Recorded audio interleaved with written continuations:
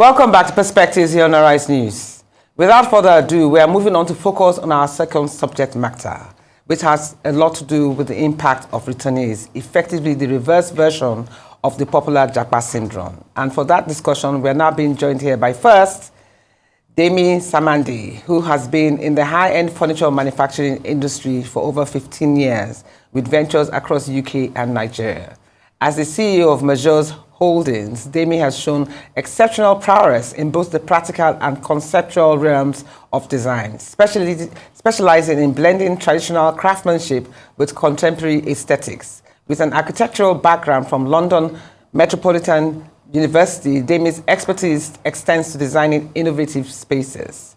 She is the author of African Manufacturing 2024, her debut book pegged for release this year, which focuses on the importance of manufacturing on the continent for prosperity for African economies. We also have joining us Wunmi Durosinmi, popularly known as Chef Wu, an acclaimed private chef and food business entrepreneur with over a decade of industry experience. Known for her innovative dishes that highlight native Nigerian ingredients, Wunmi's culinary expertise and creativity has earned her a strong reputation as a champion of Nigerian cuisine. Her culinary prowess and passion makes her a leading figure in the industry. Since moving to Lagos, she has worked as an executive chef in an upscale dining restaurant, been sought after by prestigious establishments, and now serves as a consultant for the hospitality businesses. Wunmi is also a co-host on One Bite at a Time podcast, where she discusses the culinary and hospitality landscape in Nigeria. Ladies, you have both made my day by answering my call to appear on Perspectives. Thank you. Now, I'm sure you saw the first bit where we're talking about the pros and cons of Nigeria of today under President Tinubu's administration under 1 year. Now, what I want to focus on and why I invite both of you is to enlighten and share, let people know your journey. Because rather than stay on in England, or rather than Japa as is being done now, you guys have chosen to return. So let's start with you, Demi. Tell us about your business. So I'm an architect who decided to sort of go into furniture manufacturing a number of years ago, approximately about 15 years ago now. So Majors Holdings, what we predominantly do is we manufacture furniture for various people, stakeholders in the industry, interior designers, individuals, residentials, commercials. We have a factory in Surulere. We've been manufacturing now in Nigeria for the last 8 years. And we sort of specialize anything from residential all the way through to sort of turnkey commercial projects. Now, we are an advocate for local manufacturing. That's really what the premise of our business is based on. You know, it's very easy to sort of, focus on importation and exportation, whichever direction you sort of want to go.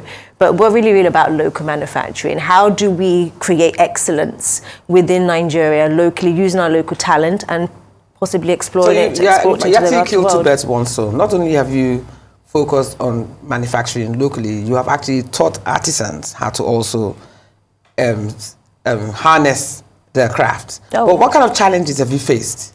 Challenges? Well, there's a multitude of challenges. We're all in the same boat. Anybody doing business in Nigeria understands anything from infrastructure to limited resources in terms of finished resources for us to use. We're still at this point importing a lot of materials that we use, and we're sort of hoping that would change over the next few years or sort of decades to come. But ultimately, we have the same challenges every other business has, from power to manpower, sort of talent and things like that. Okay. Speaking of challenges, let's ask you.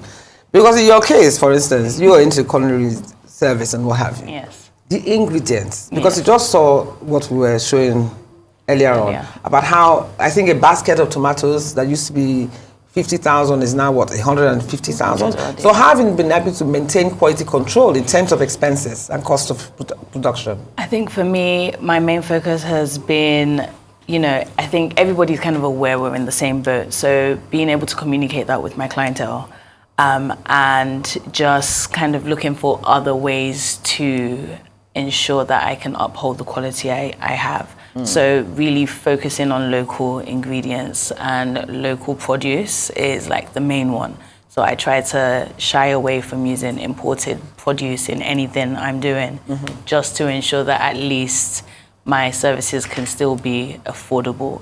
Because if you look at the increase, if we were to increase our prices at the same rate, we wouldn't be able to do what we're doing. So you have chosen to approach the minimum profit but maximum patronage Absolutely. approach. But have there been times that you've been so frustrated that you just thought, you know what, I mean, I'm coming from a place where everything works.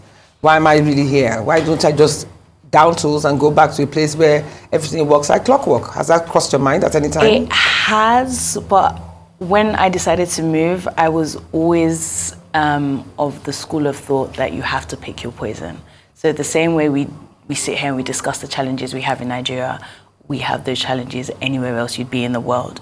So which place would I rather be while dealing with those challenges? And I think being here feels a lot more homely. The people are familiar.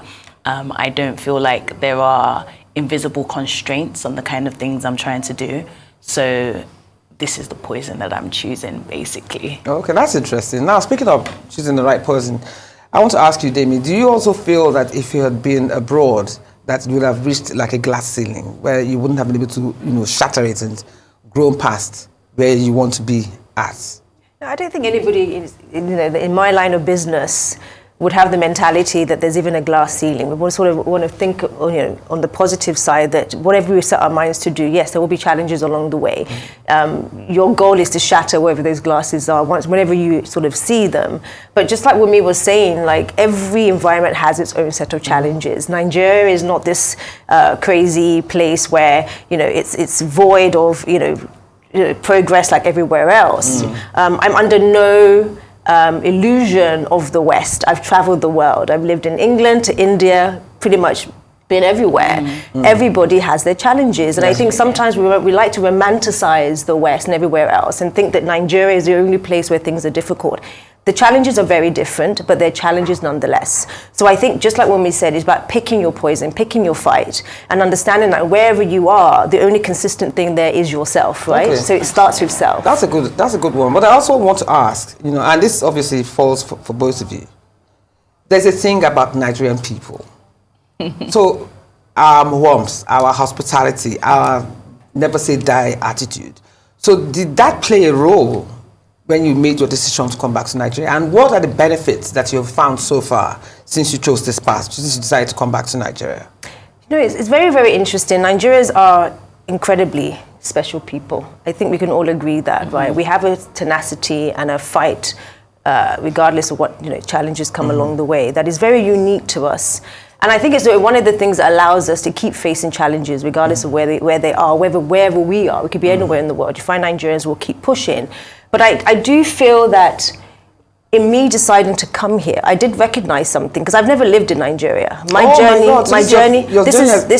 started 8 years ago. Somebody just told me that Nigeria is a great market for you, go and explore it. I came to do feasibility studies, and one of the very first things I discovered was the tenacity. The people's attitude towards work and getting things done was like nothing I've ever seen before anywhere else in the world. And that sort of capacity and willingness to want to help you in times where, to be honest, we both lived in England. People are not that easy, that free with their help. Yeah. But I came here, I didn't speak the language, I didn't understand. All I said was, it's what I'm trying to achieve. And people came to help me.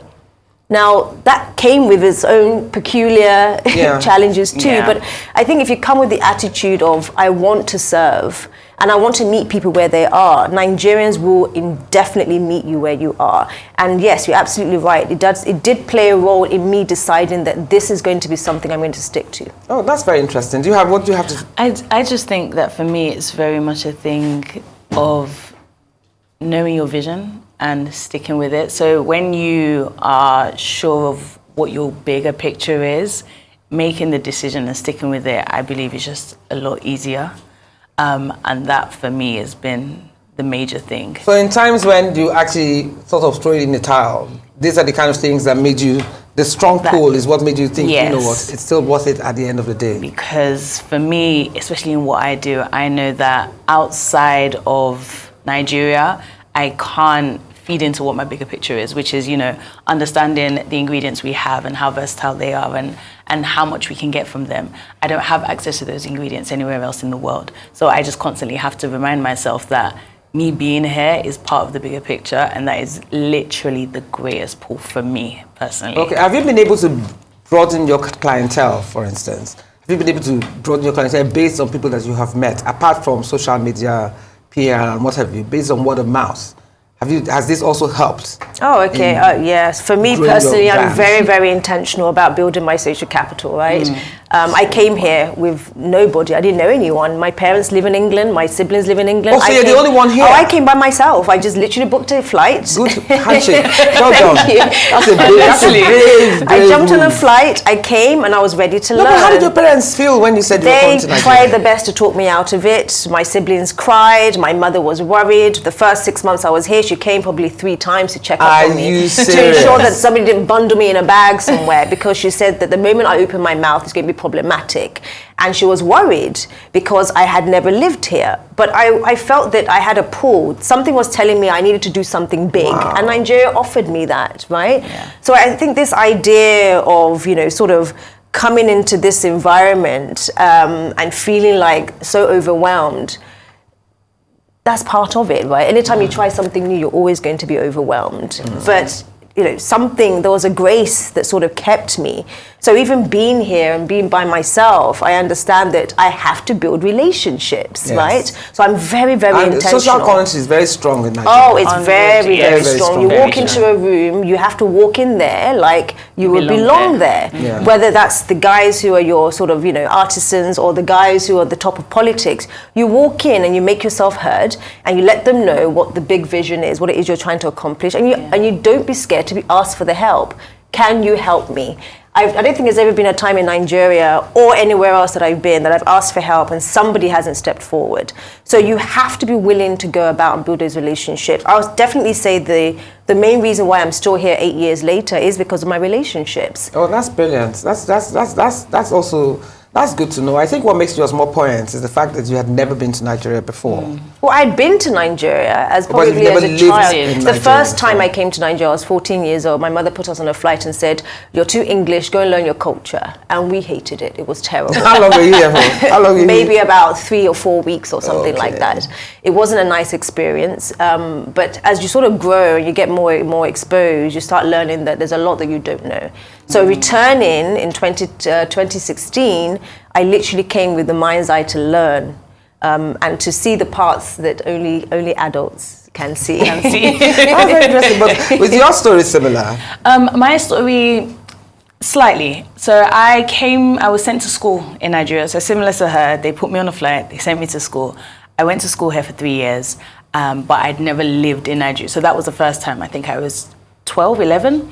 And then I had come to visit once or twice. And on my last visit, I was here and I was like, this is where I want to be. And everyone was like, no, you don't. And I was like, yes, I do. But for me, I had relationships from school. So I went to a school where I was able to build those relationships. A lot of those friendships still hold till today. So they were the people that kind of helped me transition into Nigerian society. And then off the back of that is just by nature of who I am, I've always been one that's able to kind of go into, like you said, I can walk into anywhere and let you know that I belong there. I will have the discussions I need to have, say what I need to say. And I think having that confidence in yourself kind of draws people to you.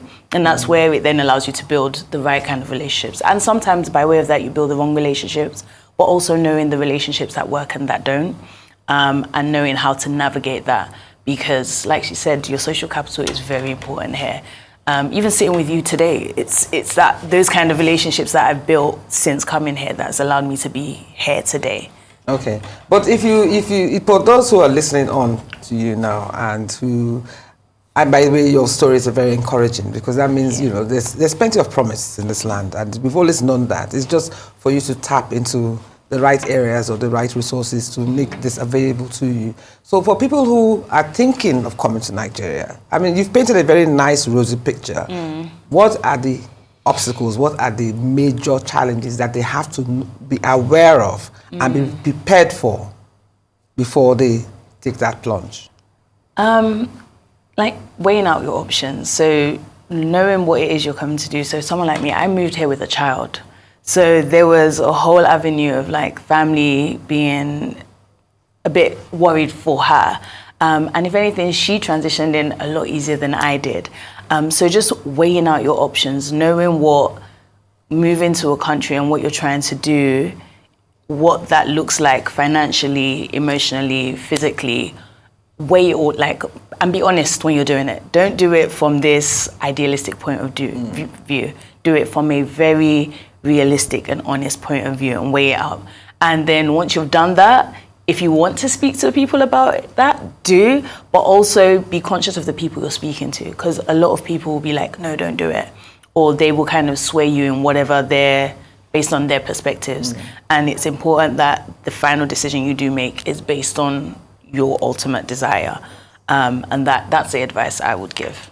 Well, do you have anything else to add to that? I think the only thing I can really add to that is you really need to know what your purpose is. Like, what is driving you? Yeah. Is it because people are moving to Nigeria, you see them doing well, and you think, oh, I want to tap into that, I want to be part of that movement?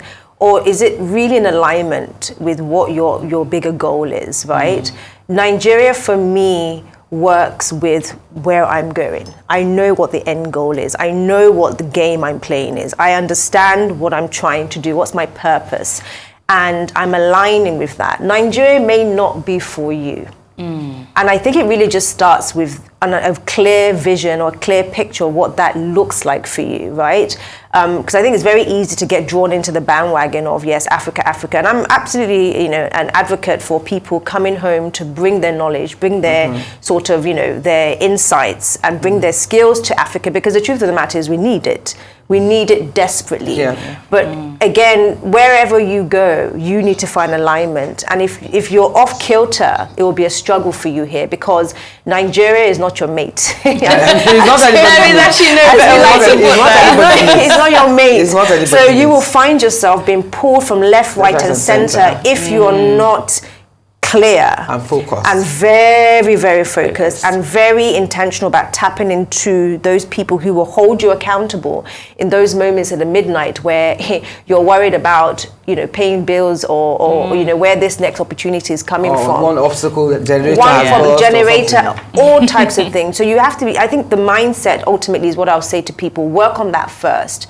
And that applies anywhere you are, because if the mindset is not strong to say, I have sticking power here, you'll be ripped apart. And what you simply find is that you're going to be back on the next flight going wherever you're coming from. Thank you so much, young ladies. I mean, this is just so inspiring to listen to both of you. And it's really encouraging to know that there are women like you, young people like you, who are coming, making a difference, and not just making a difference, also creating job opportunities. Thank you so much for sharing your story and perspectives. And I would invite you guys again soon so that we can get an update. Maybe or if your viewers are interested, I have a book coming out this year so tell us that documents this entire process that I've followed in the last 8 years. And I think when I came, it was difficult to find people who gave you insight to how they've done it. So I've literally documented, my process from the day I got on the flight from England till now, and all the things we've done in manufacturing. How can we get the book? The book comes out sort of end of this year, beginning of next year, and it's focused on manufacturing and entrepreneurship in Nigeria, Africa. You can find it on all the platforms where you can get books, from Amazon to sort of Waterstones. Thank you so much, Demi. Thank you so much, Wunmi, for being with us. Thank you for having us. Hope to see you again much soon. Anyway, this has been an interesting episode, as you can see. In life, the path to success is often winding and steep, filled with obstacles and challenges. However, it's the courage to continue that counts. After all, success is not just about achieving goals, but also about the journey and the learnings along the way.